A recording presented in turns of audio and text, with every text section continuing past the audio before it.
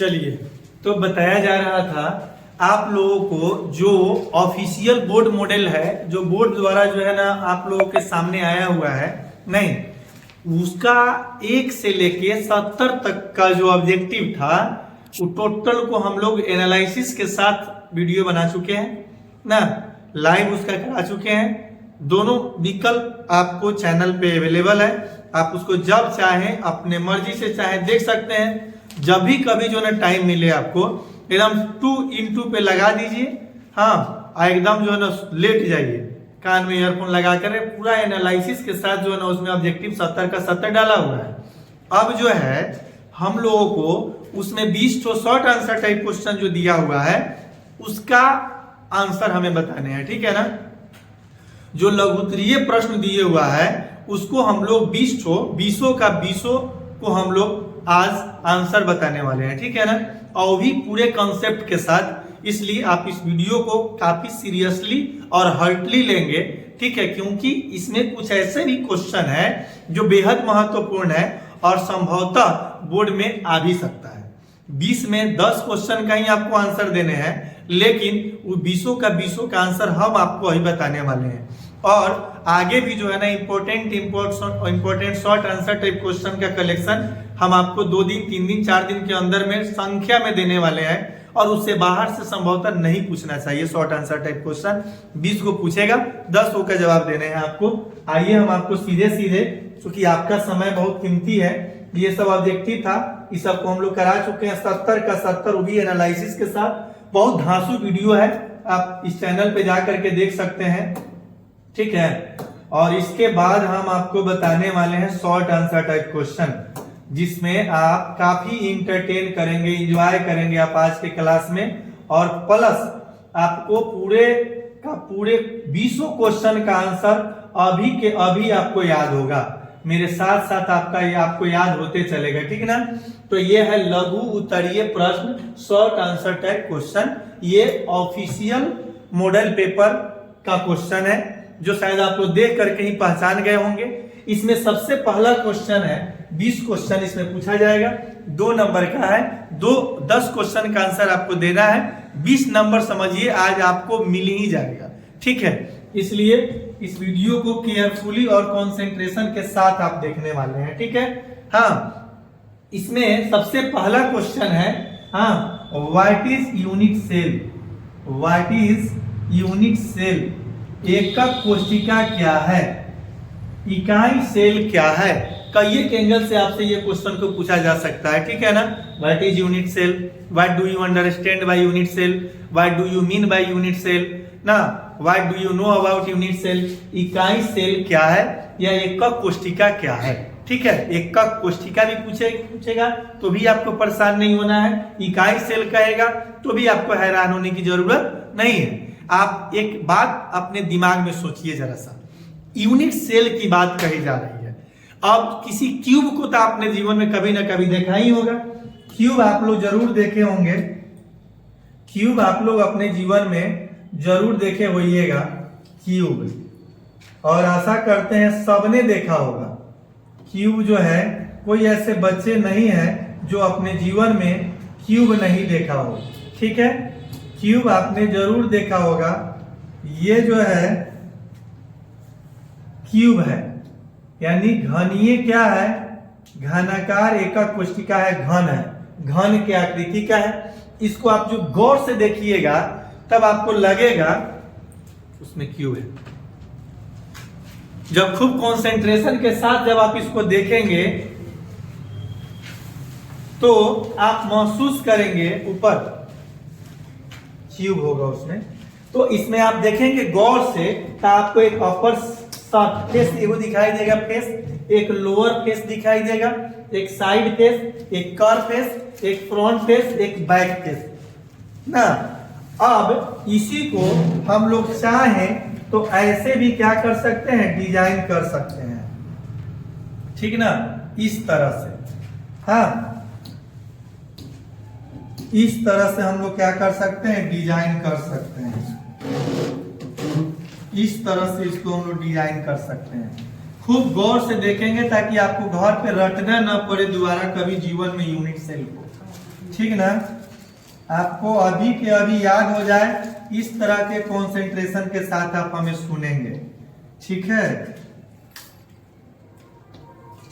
ये भी क्या है, क्यूब है, माने क्या है, ये त्रिविमीय सजावट है, 3 डायमेंशनल क्या है, अरेंजमेंट है। ऊपर तो था, हो गया, त्रिविमीय सजावट है। इसको खूब कंसंट्रेशन के साथ देखिएगा।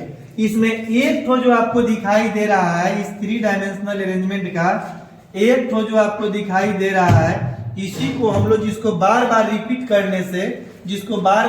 करने से जानते हैं यूनिट सेल का निर्माण होता है ना, स्थान जालक का निर्माण होता है, स्पेस लैटिस का निर्माण होता है। ये पूरा को क्या कहेंगे आप, स्पेस लैटिस कहेंगे। स्थान जालक कहिए या आकाशीय जालक कहिए। ठीक है, तो जिस यूनिट को बार बार रिपीट करने से स्थान जालक का, आकाशीय जालक का निर्माण होता है, इसमें के एक एकक को हम लोग यूनिट सेल कहते हैं।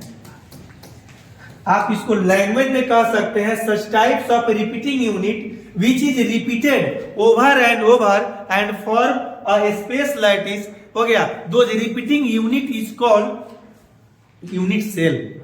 ठीक है, यानी वैसे एकक जिन्हें त्रिविमीय सजावट में बार बार दोहराने से आकाशीय जालक का, स्थान जालक का निर्माण होता है, उसको हम लोग एकक कोष्ठिका या इकाई सेल कहते हैं।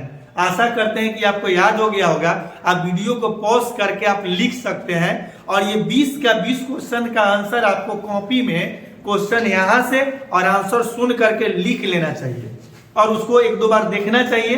हालांकि इतना ढंग से ना हम एनालिसिस कर दे रहे हैं कि आप एक बार गौर से सुन लीजिएगा तो आपको अच्छी तरह से याद हो जाएगा। एक बार और आप देखेंगे, ये देखिए, ये है यूनिट सेल, ये है आपका क्या है, क्रिस्टल है।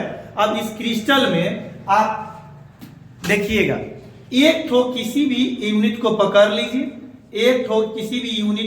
लीजिए, और इसी को बार बार रिपीट करने से ये पूरे आकाशीय जालक का निर्माण हुआ है। इसमें से एक एकक जिसको बार बार दोहराने से इस स्थान जालक का, आकाशीय जालक का निर्माण हुआ है, इसको ये रिपीट कीजिएगा बनता जाएगा, रिपीट कीजिएगा बनता जाएगा, रिपीट कीजिएगा बनता जाएगा, ऐसा ही सब में दिखाई देगा आपको। ठीक है, और इस रिपीटिंग यूनिट को हम लोग क्या कहते हैं, यूनिट सेल कहते हैं, इकाई सेल कहते हैं।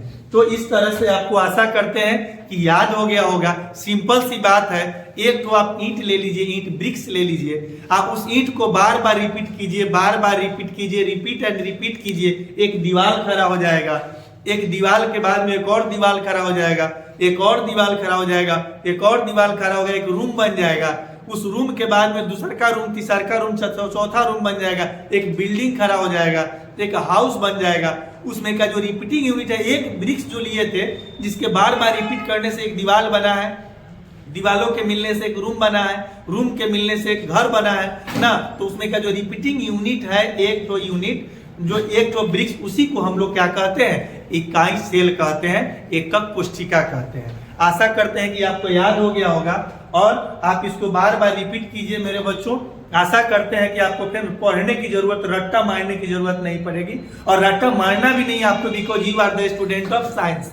आप साइंस के स्टूडेंट्स हो, आप साइंस से, आपका ब्रेन बिल्कुल अलग है, लेकिन बस वही पढ़ने के उद्देश्य से अगर ऑनेस्टी पूर्वक पढ़ रहे होंगे तो डेफिनेटली आप लोगों को मेरा ये वीडियो काफी जो है ना जीवनवर्धक साबित होगा। ठीक है, नेक्स्ट क्वेश्चन में कहा जा रहा है, हाँ, जिंक ऑक्साइड ठंडा में उजला होता है। जिंक ऑक्साइड जो है ठंडा में उजला होता है, जबकि जब उसको हम लोग गर्म करते हैं तो पीला हो जाता है, येलो हो जाता है। इसका व्याख्या करनी है, बहुत सिंपल है छोटू बाबू। आप ये जिंक ऑक्साइड जो देख रहे हैं ना, जो ठंडा रखने पर क्या होता है, ठंडा करने पर उजला हो जाता है, जाता है, स्वाभाविक है उजला होगा, समझ में। लेकिन जब उसको आप गर्म कीजिएगा, जिंक ऑक्साइड को आप क्या करते हैं छोटू बाबू, जब इसको हीट करते हैं, ये हीट का सिंबल है, ये हीट का सिंबल है, गर्म का सिंबल है। इसी को उठा के पटक दीजिएगा तो इसका सब गर्मी झड़ जाएगा, कूल ठंडा का सिंबल हो जाएगा। ठीक है, तो जब इसको आप गर्म करते हैं तो ये जिंक आपका हो गया ना, क्या हो गया, जिंक हो गया, हाँ, प्लस हाफ O2 आपका हो जाएगा, क्या हो जाएगा, हाफ O2 पर 1 माइनस प्लस 2 इलेक्ट्रॉन यहां से बाहर निकल जाएगा। समझ में आया। अब जो 2 इलेक्ट्रॉन फ्री हुआ है, ये आपको याद होगा हम आपको बताए थे डिफेक्ट के बारे में, दोष के बारे में, जिसमें शॉर्टकी दोष, फ्रेंकल दोष बताए थे। फिर आगे हम लोग बढ़ते गए थे, स्टोइकियोमेट्रिक और नॉन स्टोइकियोमेट्रिक डिफेक्ट बताए थे ना, स्टोइकियोमेट्रिक दोष और नॉन स्टोइकियोमेट्रिक दोष, ठीक है ना। और उसी में से हम लोग उसको 2 भाग में बांट दिए थे, जो एक मेटल एक्सेस डिफेक्ट आया था और एक दूसरा आया था मेटल डिफिशियंसी डिफेक्ट। अब मेटल एक्सेस डिफेक्ट का वहां पे क्या हो जाएगा, निर्माण हो जाएगा। क्या हो जाएगा, मेटल एक्सेस डिफेक्ट हो जाएगा। क्या हो जाएगा, मेटल एक्सेस डिफेक्ट हो जाएगा वहां, धातु आदि के दोष जिसको हम लोग कहते हैं। और सीधा सीधी आप इसका आंसर देंगे कि जिंक ऑक्साइड ठंडा करने पर उजला होता है, जबकि इसको गर्म करने पर आदि के दोष, धातु आदि के दोष के कारण, धातु आदि के दोष के कारण, मेटल एक्सेस डिफेक्ट के कारण, हाँ, गर्म करने पर यह क्या हो जाता है, पीला हो जाता है। क्या हो जाता है, पीला हो जाता है। आपको बताया गया था यहाँ पे, ये आपका क्या है, ये आपका क्या है, ये कोई आपका क्रिस्टल है। क्या है, ये आपका कोई क्रिस्टल है। इसमें जो है ना, इसमें जो है ना क्या है, आपका Na है, जिसपे प्लस होता है Cl पर माइनस, Na पर प्लस, Cl पर माइनस। आपको बताया गया था Cl पर माइनस, Na पर प्लस, Cl पर माइनस, Na पर प्लस, या जिंक पर प्लस ना, और कौन चीज पर, Cl पर माइनस हो गया, 2Cl पर माइनस हो जाएगा। जिंक लेंगे तो Na पर प्लस, Cl पर माइनस, Na पर प्लस, Cl पर माइनस, Na पर प्लस, Cl पर माइनस। तो गौर से देखिएगा छोटे बहुत, तो बड़ा ही शानदार क्रिस्टल आपको दिखाई देगा, जिसका इलेक्ट्रिकल, जो इलेक्ट्रिकल रूप से क्या है, न्यूट्रल है, जो विद्युतीय रूप से क्या है, उदासीन है। लेकिन जब यहाँ मेटल जब ज्यादा हो जाएगा, यहाँ एक जिंक आयन आ जाए, सोडियम आयन को डिस्प्लेस कर दे, यहाँ मेटल की संख्या क्या हो जाएगा, या एक क्लोरीन बाहर निकल जाएगा तो भी ना, इसमें क्या हो जाएगा, ये मेटल एक्सेस डिफेक्ट हो जाएगा। और इलेक्ट्रॉन जो है ना, उसके विद्युतीय उदासीनता को कायम रखने का काम करता है। It's maintain the electrical neutrality of any क्या, न्यूट्रल क्रिस्टल, न्यूट्रलाइज्ड क्रिस्टल। किसी उदासीन क्रिस्टल के विद्युतीय उदासीनता को मेंटेन करने के लिए, उसके विद्युतीय उदासीनता को मेंटेन करने में इलेक्ट्रॉन का बहुत बड़ा सहयोग होता है। समझ में आया। तो इसमें धातु आदि के दोष के कारण, धातु मेटल एक्सेस डिफेक्ट के कारण आपका जिंक ऑक्साइड को गर्म करने पर क्या हो जाता है, वह पीला कलर का हो जाता है।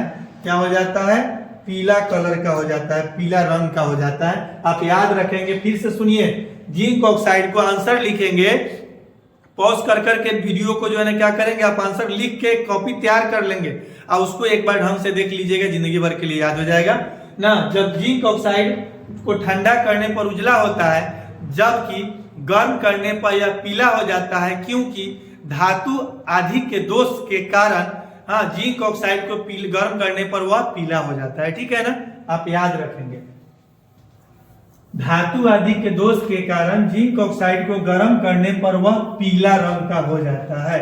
ठीक है, थोड़ा सा और आगे हम लोग बढ़ेंगे और अगला क्वेश्चन कह रहा है छोटू बाबू, हाँ, एकदम चट कर जाइए, खाली ढंग से सुन लीजिएगा वीडियो को, आराम से लेट करके सोच करके, आप जो है ना बिना नींद में जा करके नहीं, आप वीडियो को देखेंगे, ऑटोमेटिकली आपको देखते देखते याद हो जाएगा।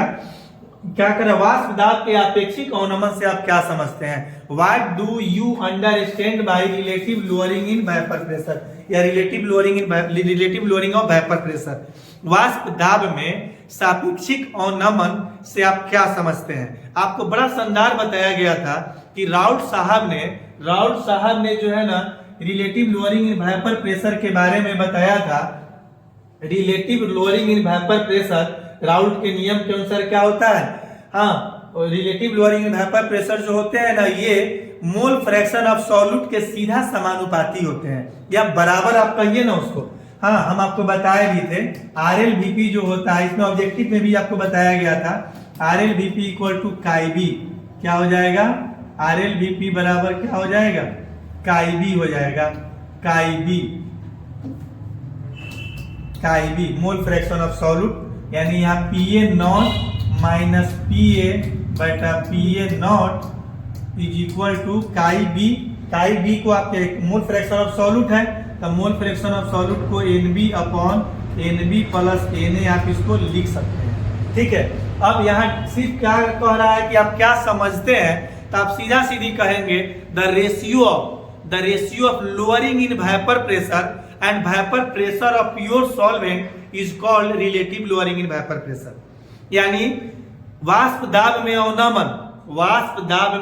अवनमन तथा शुद्ध घोलक के वाष्प दाब के अनुपात को relative lowering in vapour pressure यानी वाष्प दाब में आपेक्षिक अवनमन कहलाता है। याद हो गया? फिर से समझिए क्या बोले हैं sir. Short answer type question के लिए हाई सब लिखिएगा तो और आपका बेहतर हो जाएगा।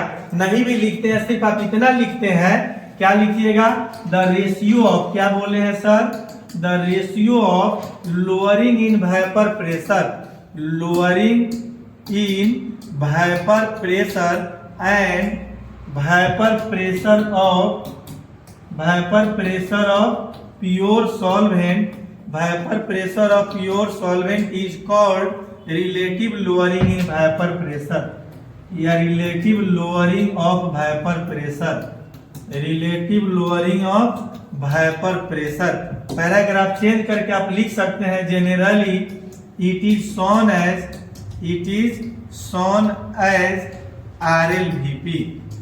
ओके, यानी वाष्प दाब में अवनमन तथा शुद्ध घोलक के वाष्प दाब के अनुपात को क्या कहते हैं, वाष्प दाब के सापेक्षिक अवनमन कहते हैं। इतना से आपका काम अच्छा से चल जाएगा। और ये सारा का सारा कंसेप्ट आपको बहुत बारीकी से पता है कि लोअरिंग इन वेपर प्रेशर क्या है, vapour pressure of pure solvent क्या है। हम आपको बताए थे दो ठो आप कंटेनर लीजिए, दो ठो कंटेनर लीजिए, दोनों में क्या कीजिए, पानी डाल दीजिए, दोनों में क्या कीजिए, जल डाल दीजिए। ठीक है, दोनों में आप जल डाल दीजिए और ये दोनों को आप गर्म कीजिए, सेम टेम्परेचर पे गर्म कीजिए, दोनों को सेम टेम्परेचर पे क्या कीजिए, आप गर्म कीजिए। समझ में आया? दोनों को सेम टेम्परेचर पे आप गर्म कीजिए, दोनों का वेपर प्रेशर क्या होगा, दोनों का वेपर प्रेशर सेम होगा।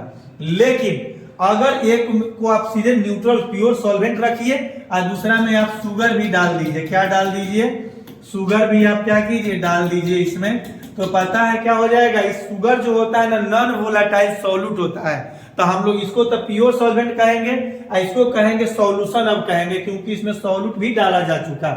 और सॉल्यूशन भी कैसा कहेंगे, तो solution containing non volatile solute यानी अवाष्पशील घुल रखने वाला घोल कहेंगे इसको। ठीक है, अब दोनों को सेम टेम्परेचर पे गर्म करके बताइए किसका वेपर प्रेशर, किससे वाष्प ज्यादा निकलेगा, किसका वेपर प्रेशर ज्यादा होगा। तो आप सीधे सीधे आपका जवाब होगा सर इसका वेपर प्रेशर, ये इसको आप क्या मान लीजिए, x मान लीजिए, इसको y मान लीजिए, तो आप कहेंगे सर इसका x का वेपर प्रेशर क्या होगा, ज्यादा होगा, x का वेपर प्रेशर अधिक होगा y के तुलना में। काहे? क्योंकि प्योर सॉल्वेंट था ना, इसमें नॉन वोलेटाइल सॉल्यूट हम लोग डाल दिए, एक वैसा सॉल्यूट डाले हैं जिसका वोलेटिलिटी बिल्कुल कम होता है, न के बराबर होता है, जिसका वाष्पशीलता बहुत कम नगण्य होता है, अवाष्पशील घुल्य है। ठीक है, तो कुछ तो गाढ़ा करने का काम करेगा, कुछ तो रोकने का काम करेगा, इसलिए इसका वेपर प्रेशर ज्यादा होगा इसके वेपर प्रेशर की तुलना में। x का वेपर प्रेशर क्या होगा, ज्यादा होगा y के वेपर प्रेशर की तुलना में। इसको हम लोग कहेंगे vapour pressure of pure solvent यानी PA0, इसको कहेंगे PA vapour pressure of solution. ठीक है, तो क्या कहेंगे हम लोग, अब लोअरिंग इन वेपर प्रेशर अगर इस जगह पे पूछ देता लोअरिंग इन वेपर प्रेशर से आप क्या समझते हैं, तो हम लोग कहते the differences of vapour pressure of pure solvent and vapour pressure of solution is called lowering in vapour pressure. हाँ, वाष्प दाब में अवनमन। लेकिन यहाँ पूछ रहा है relative lowering in vapour pressure, तो ये दोनों को हम लोग क्या कहेंगे, लिखेंगे लोअरिंग इन, यानी इसको हम लोग delta, lowering in vapour pressure को डेल्टा P द्वारा सूचित करते हैं। डेल्टा P बराबर हो जाएगा PA0 माइनस PA, यानी vapour pressure of pure solvent minus vapour pressure of solution. यानी हम लोग RLVP बराबर अब क्या लिख सकते हैं, RLVP बराबर PA0 माइनस PA बटा PA0, यानी हम लोग सीधा सीधी क्या कह सकते हैं, RLVP बराबर लिख सकते हैं हम लोग डेल्टा P बटा PA0। ऐसे भी हम लोग लिख सकते हैं RLVP के जगह पर। लोअरिंग इन वेपर प्रेशर और vapour pressure of pure solvent के अनुपात को वाष्प दाब के आपेक्षिक अवनमन या relative lowering of vapour pressure कहते हैं। आशा करते हैं कि घोर के पिला दिया गया क्वेश्चन अगर घुमा भी देता है तो भी इससे रिलेटेड आपका क्वेश्चन आसानी से बन जाएगा। जानबूझ के इतना ऑपरेटली बताए हैं ताकि मेरे बच्चों को जो है ये भी बनाने आ जाए और इससे रिलेटेड अगर लोअरिंग वेपर प्रेशर पूछ दे, vapour pressure of pure solvent भी आपको दिमाग में आ गया, वेपर प्रेशर ऑफ सॉल्यूशन भी आपको दिमाग में आ गया। अब हम लोग देखेंगे अगला क्वेश्चन, उल्टा परासरण क्या है? What is reverse osmosis? उल्टा परासरण क्या है? खूब कंसंट्रेशन के साथ देखिएगा, मजा आ जाएगा छोटू बाबू।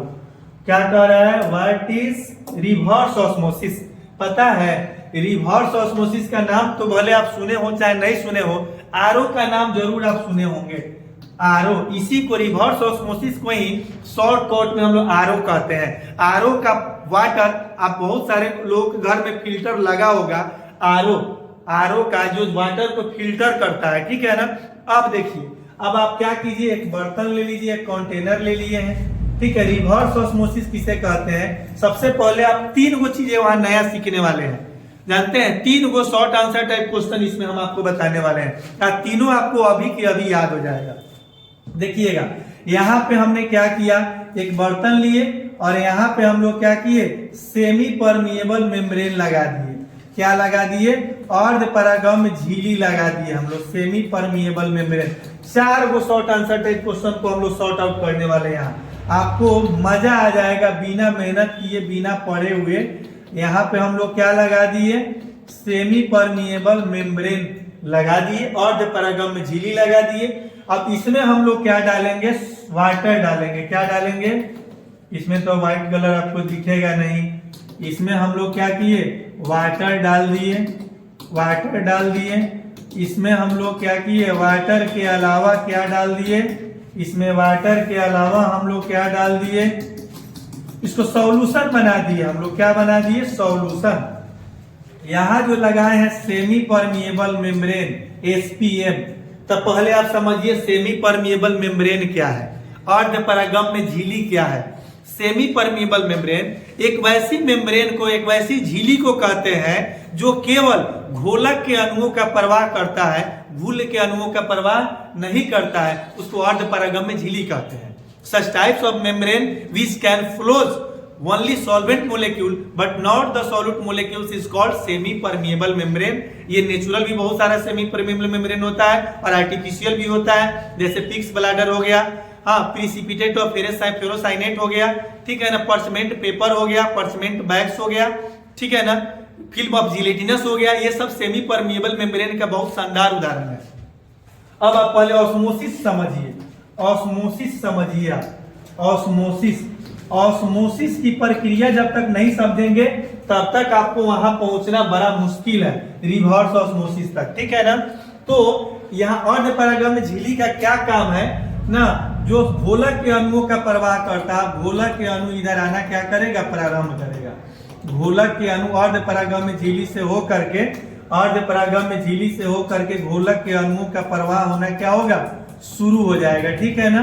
अब घोलक जैसे जैसे इधर बढ़ेगा वैसे वैसे इसका कंसंट्रेशन घटेगा नहीं, तो इस प्रोसेस को हम लोग ऑस्मोसिस की घटना कहते हैं। ऑस्मोसिस ना, परासरण एक वैसी प्रक्रिया है ना जिसमें घोलक के अणु अर्ध परागम में झिल्ली द्वारा घोल की ओर क्या होते हैं, प्रवाहित होते हैं, ठीक है ना। तो ये क्या हो गया आपका, ऑस्मोसिस हो गया। क्या हो गया, ऑस्मोसिस हो गया, ठीक है, परासरण हो गया। अब आप कहेंगे सर अब हम लोग यहाँ पे आ गए क्या, अभी नहीं, अब ऑस्मोटिक प्रेशर आप समझेंगे। अब एक हम लोग इधर से एक एक्स्ट्रा दाब लगाने वाले हैं, इधर से हम लोग एक एक्स्ट्रा ऐसा प्रेशर लगावे ना, एक ऐसा इधर से हम लोग प्रेशर लगावे कि घोलक के अणु का जो प्रवाह हो रहा था अर्ध परागम में झिल्ली द्वारा, वो प्रवाहित होना क्या हो जाए, रुक जाए ना। तो इस एक्स्ट्रा प्रेशर को हम लोग क्या कहते हैं, ऑस्मोटिक प्रेशर कहते हैं। ऑस्मोटिक क्या कहते हैं, प्रेशर कहते हैं। ऑस्मोटिक प्रेशर परासरण दाब कहते हैं ना। वैसे अतिरिक्त दाब जो घोल की ओर से लगकर ना घोलक के अणुओं का प्रवाह जो अर्ध परागम में झिल्ली द्वारा हो रहा है उसको रोकने का काम करता है, उसको हम लोग ऑस्मोटिक प्रेशर कहते हैं। the pressure which is applied towards the solution side to prevent the flow of solvent molecule through the semi permeable membrane is called क्या?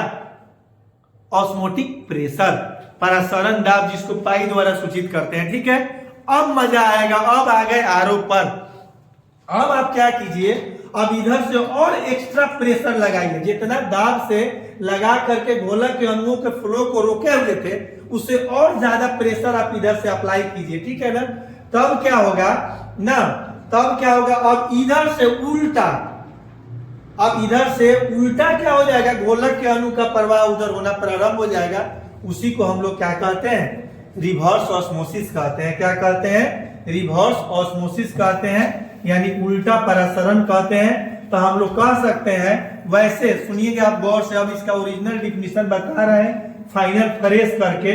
वैसे अतिरिक्त दाब जो घोल की ओर से लग कर ना, या फिर वैसे कहिए जो प्रसरण दाब से भी अत्यधिक प्रेशर, वैसे अतिरिक्त दाब ना जो ऑस्मोटिक प्रेशर से अधिक होते हैं और घोल की ओर से लग करके घोलक के अणुओं का प्रवाह प्रारंभ कर देते हैं शुद्ध घोलक की ओर, तब उस दाब को हम लोग क्या कहते हैं, तब उसको हम लोग क्या कहते हैं, रिवर्स प्रोसेस को क्या कहते हैं, रिवर्स ऑस्मोसिस कहते हैं, यानी व्युत्क्रम परासरण कहते हैं। अगर समुद्र के तरफ आप घूमने गए हैं और समुद्री इलाके में आप भटक गए हैं तो भी आप शुद्ध जल पी सकते हैं, आरओ अगर पढ़े हुए हैं रिवर्स ऑस्मोसिस। तो आप क्या करते हैं, थोड़ा सा बालू को क्या कीजिए, किनारे पे आकर के उसको क्या कीजिए, चारों तरफ से खड्डा खन दीजिए, गड्ढा खन दीजिए।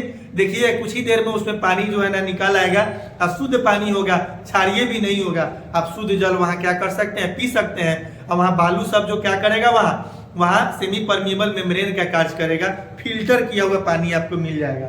ठीक है, अब हम लोग आइए एजियोट्रॉपिक मिश्रण पर। वैसे मिश्रण, एक लाइन का सवाल है, वैसे मिश्रण जो निश्चित ताप पर क्या होते हैं, उबलते हैं। वैसे मिश्रण जो निश्चित ताप पर उबलते हैं, हाँ, तथा जिसे हम लोग अलग भी नहीं कर सकते हैं, तो उसको हम लोग क्या कहते हैं, एजियोट्रॉपिक मिक्सचर कहते हैं। ठीक है, एजियोट्रॉपिक मिश्रण कहते हैं। आशा करते हैं कि आपको याद हो गया होगा। अब आइए आर्हेनियस इक्वेशन किसे कहते हैं, आर्हेनियस समीकरण किसे कहते हैं।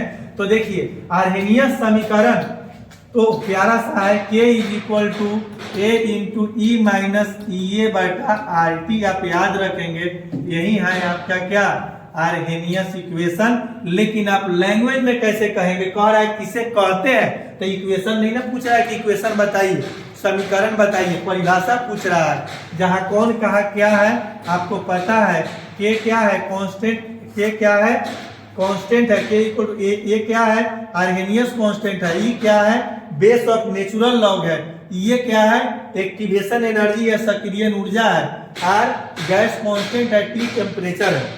आप कहेंगे, हाँ क्या कहेंगे, रेट कांस्टेंट ना, रेट कांस्टेंट। उसके बाद में आर्हेनियस इक्वेशन निश्चित ताप पर ना, निश्चित ताप पर क्या कहेंगे, रेट कांस्टेंट, आर्हेनियस इक्वेशन तथा गैस स्थिरांक के बीच के संबंध को क्या कहते हैं, हम लोग आर्हेनियस इक्वेशन कहते हैं, आर्हेनियस समीकरण कहते हैं। जहां कौन कहा क्या है ये हम आपको बता दिए।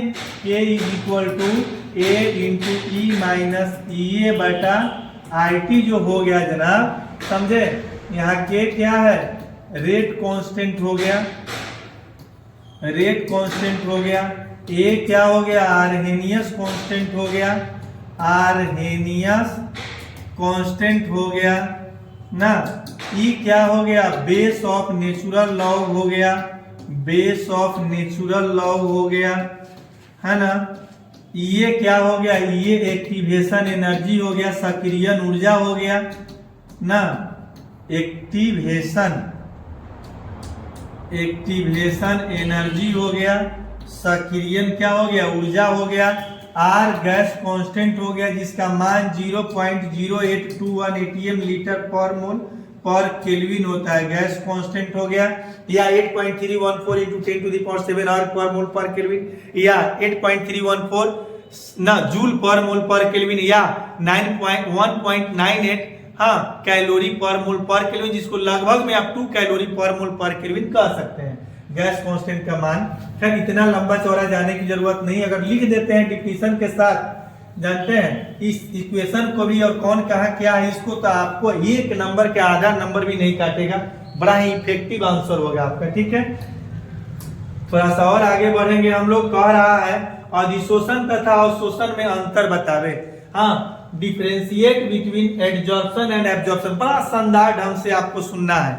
ठीक है, एडजॉर्प्शन किसे कहते हैं, तो एडजॉर्प्शन हम आपको बताए थे जब किसी ठोस पदार्थ द्वारा किसी द्रव अथवा गैस के अणु आकर्षित होकर उसके सतह से चिपक जाते हैं, इस घटना को एडजॉर्प्शन कहते हैं, अधिशोषण कहते हैं।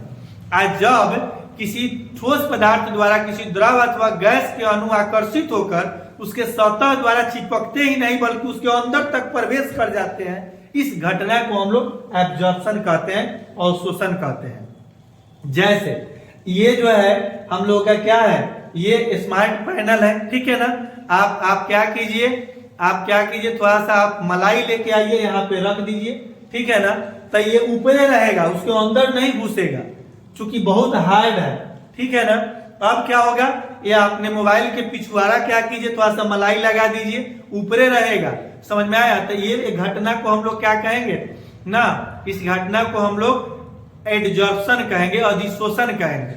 ठीक है ना, लेकिन आप क्या कीजिए, ये आखरा दीवार अगर हो, दीवार ना जो प्लास्टर हो गया हो, हाँ आप पेंट सेंट अभी नहीं हुआ हो, वाल पुट्टी नहीं मारा हो, वहां पे थोड़ा सा ले आके चिपका दीजिए, पता है उस सटेगा ही नहीं बल्कि उसके अंदर तक घुस जाएगा। समझे, तो उस घटना को हम लोग क्या कहेंगे, एब्जॉर्प्शन कहेंगे और शोषण कहेंगे।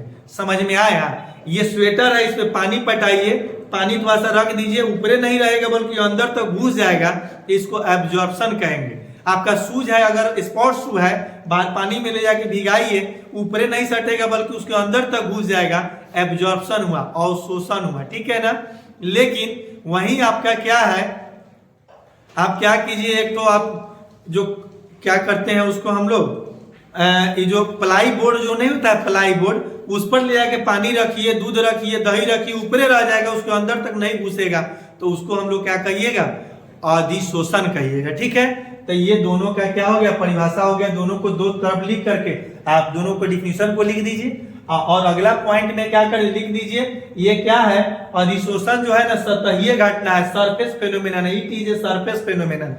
इसके नीचे लिख लीजिए, it is a bug phenomenon.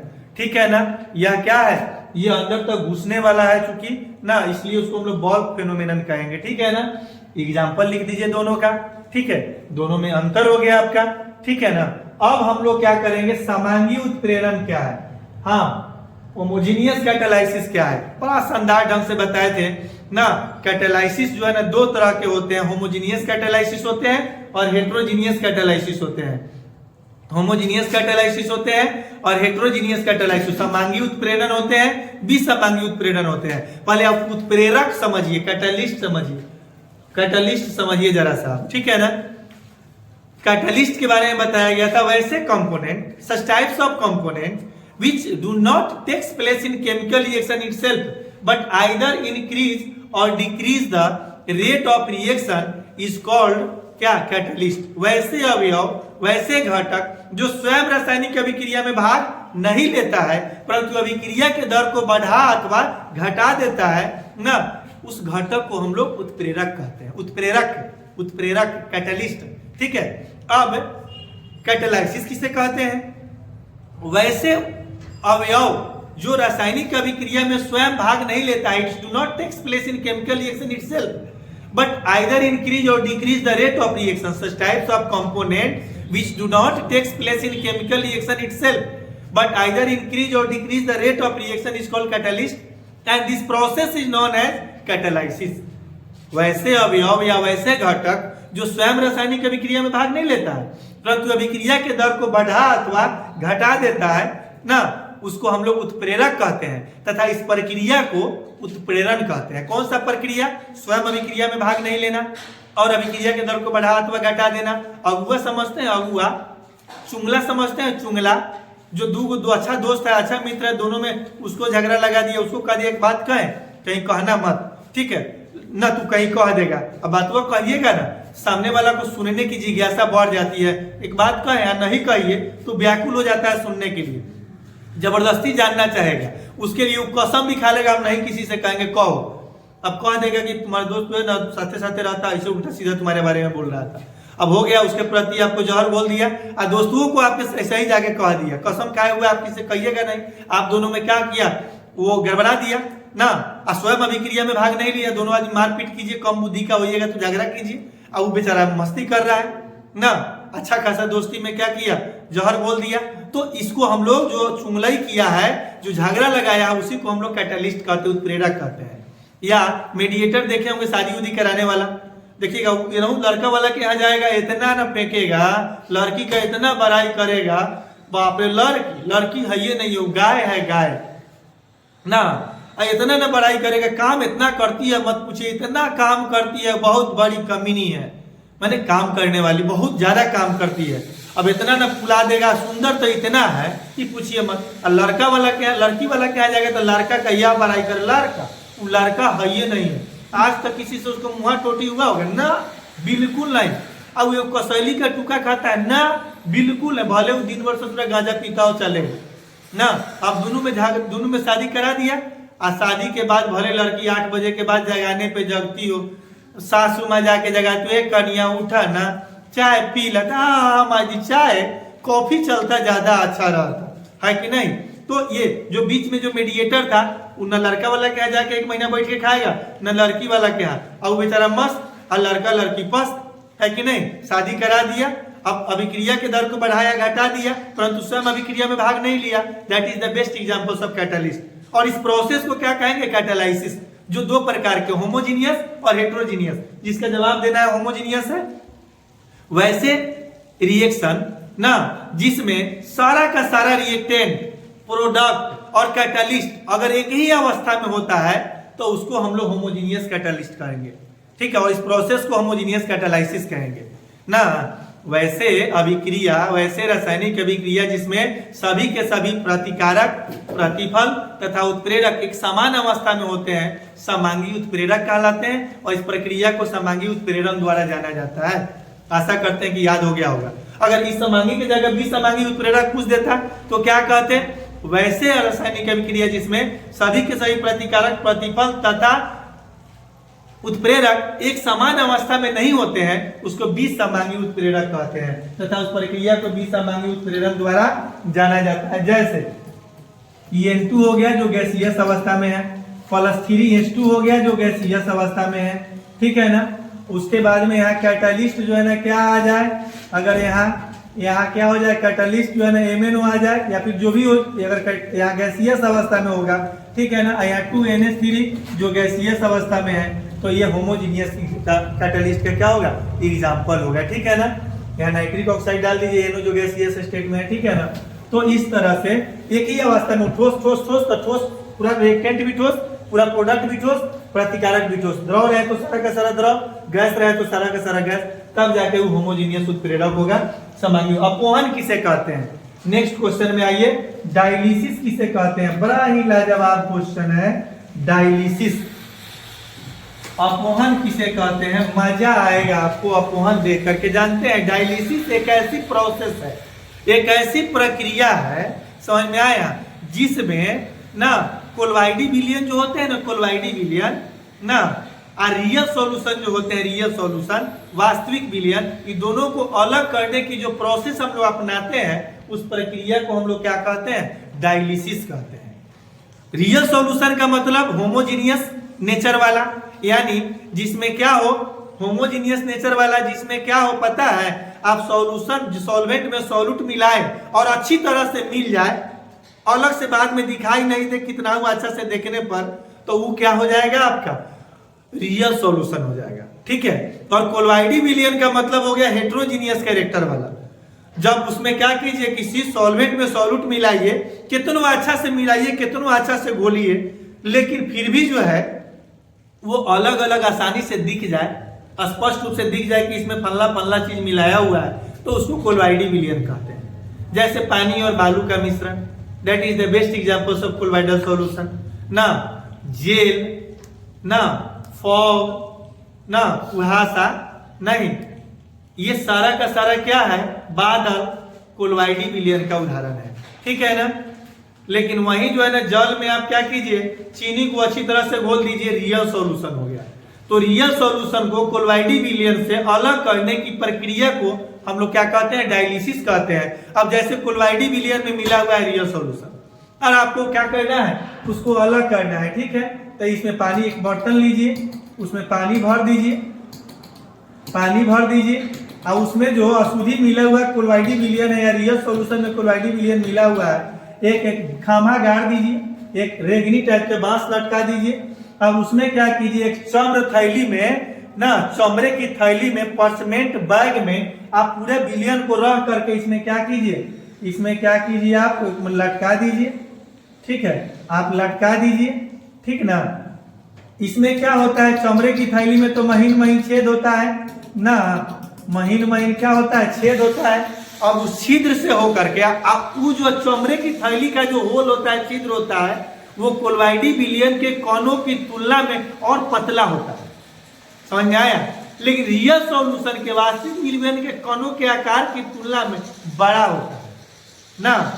उसी जगह पे आप नॉर्मल जो है ना छाना पात्र लीजिए ना, नॉर्मल छाना पात्र लीजिए, तब उसको रखिए, सारा का सारा आ जाएगा, चल जाएगा, कोलॉइडी विलयन भी आएगा जाएगा, वास्तविक विलयन भी आएगा जाएगा, आओ सनम जाओ सनम ना, तो कोई फर्क नहीं पड़ेगा, फिल्टर नहीं हो पाएगा कोलॉइडी विलयन रियल सॉल्यूशन से। उस स्थिति में चमड़े के थैली लिया जाता है, चम्र थैली उसको कहेंगे, परसमेंट बैग कहेंगे, और उसमें उसका चूंकि जो छेद होता है, होल होता है, कोलॉइडी विलयन के आकार के तुलना में छोटा होता है। इसीलिए जो है ना, जब पानी का उसमें आवागमन होगा, इसमें जल इसमें आएगा जाएगा, तो वास्तविक विलयन के जो आकार होते हैं, वास्तविक विलयन के कणों का आकार चमड़े के जो थैली है उसके छेद के आकार की तुलना में पतला छोटा होता है। इसीलिए रियल सॉल्यूशन उसमें से अच्छी तरह से घूल करके बाहर निकल जाते हैं, और कोलॉइडी विलयन के कण उसमें बच जाते हैं। इस तरह से रियल सॉल्यूशन कोलॉइडी विलयन से अलग हो जाते हैं। इसी प्रक्रिया को हम लोग डायलिसिस कहते हैं, ठीक है। आशा करते हैं कि आपको याद हो गया होगा, हाँ, और अच्छा से याद हुआ होगा, ठीक है ना। अब हम लोगों को देखना है नेक्स्ट क्वेश्चन, एल्युमिनियम के दो अयस्कों के नाम लिखें। एल्युमिनियम के दो अयस्कों के नाम एवं रासायनिक सूत्र भी लिखना है, नाम भी बताना है और रासायनिक सूत्र भी बताना है। तो आंसर में आप लिखेंगे, हाँ। अब क्वेश्चन का आंसर कैसे लिखना है, 2022 का जो टॉपर है उसका हम जो है ना पीडीएफ, उसके कॉपी का हम आपको बताएंगे एक दिन, ठीक है ना। और उसके बाद में जानते हैं आंसर, क्वेश्चन का आंसर कैसे लिखा जाना चाहिए बोर्ड में, हम बहुत ही बारीकी से आपको बताएंगे, मजा आ जाएगा, ठीक है। आप खाली लगातार आप वीडियो देखते रहिए, जितना भी वीडियो डाला जा रहा है 2023 के बोर्ड में काफी हेल्पफुल सिद्ध होगा, ठीक है ना। और अगर लाइक और सब्सक्राइब नहीं किए होंगे, सब्सक्राइब नहीं तो सब्सक्राइब कर दीजिएगा, वीडियो देखिए, लाइक कीजिए, शेयर कीजिए, आपके लिए समझिए दिव्यास्त्र साबित होगा ये वाला चैनल, समझे, बहुत फायदा पहुंचाएगा। तो पहले का जो है ना, एल्युमिनियम के एक अयस्क हो गया क्या आपका, बॉक्साइट, क्या हो गया, बॉक्साइट, प्यार से लिख दीजिए। दूसरा का क्या हो जाएगा, कोरंडम हो जाएगा, कोरंडम हो जाएगा, ये भी लिख दीजिए। बॉक्साइट आप ऐसे लिख सकते हैं, हिंदी वाले लोग ना, कोरंडम आप ऐसे लिख सकते हैं, कोरंडम, कोरंडम, ठीक है ना। और बॉक्साइट का रासायनिक सूत्र भी पूछ रहा है, Al2O3 2H2O, ये आंसर हो गया। कोरंडम का ए, खाली वाटर हटा दीजिए, कोरंडम यानी एल्युमिनियम का, ये भी अयस्क हो गया। इसको आप अच्छी तरह से याद रखेंगे, 10 नंबर क्वेश्चन का जवाब मिल गया।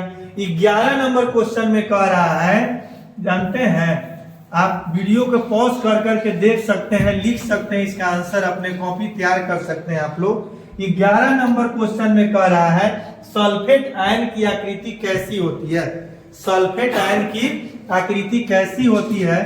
SO4 पर क्या है, 2- है, सल्फर के पास 6 वैलेंस इलेक्ट्रॉन होते हैं, कितना होते हैं, 6 होते हैं, ठीक है ना। सल्फर का वैलेंस इलेक्ट्रॉन कितना होता है, 6 होता है, समझ में आया। अब ऑक्सीजन कैटो यहाँ 2 ठो है, 2 ठो क्या है, ऑक्सीजन है। ऑक्सीजन का वैलेंस इलेक्ट्रॉन भी चूंकि भी उसी समूह का है, तो इसका भी क्या होता है, 6 होता है। Oxygen, sulphur, selenium, tellurium, polonium 6A group का मेंबर है, इसीलिए सबका वैलेंस इलेक्ट्रॉन भी क्या होगा, 6 हो गया। जो तत्व जिस समूह में रहता है उतना ही उसका वैलेंस इलेक्ट्रॉन होता है। एक इधर से शेयर करेगा, इसका अष्टक पूरा हो गया, इसका अष्टक पूरा हो गया। सेंट्रल मेटल एटम के जगह पे कौन है? सेंट्रल मेटल एटम जो है इसका 6 गो अपना था, 2 गो इधर शेयर किया, एगो इधर 8 गो हो गया। इसका अब 8 गो हो गया, अष्टक इसका कंप्लीट हो गया। अभी बेचारा मुंह ताक रहा जब मेरा क्या हुआ, कहीं कहता था एगो माइनस ले ले, एगो माइनस ले ले, तेलों का भी पूरा हो गया। इस तरह से जो सॉरी, और यहाँ 4 गुना ऑक्सीजन है, इसका भी 6 गो होगा, नहीं इसका भी 6 तो वैलेंस इलेक्ट्रॉन नहीं कहता है। तो हमारा क्या होगा? तो ये कहता है काम कर, हम कोऑर्डिनेट बॉन्ड के सहारे तुमको दे तो सकते हैं बट ले नहीं सकते हैं। इस तरह से आपका इसका स्ट्रक्चर हो जाएगा। यहाँ ये ऑक्सीजन इस पे 1 माइनस, इस पे 1 माइनस, और कोऑर्डिनेट बॉन्ड के सहारे यहाँ, कोऑर्डिनेट बॉन्ड के सहारे यहाँ ये सल्फेट आयन का हो गया। ठीक है ना? तो ये 11 क्वेश्चन इसमें है। फिर नेक्स्ट वीडियो में हम आपको जो 9 बच गया उसका भी इसी तरह से हम आपको बना के देने वाले हैं। इसको खूब गौर से सुनिएगा, पढ़ने की जरूरत नहीं है, रटने की जरूरत नहीं है, ऑटोमेटिकली आपको याद हो गया होगा।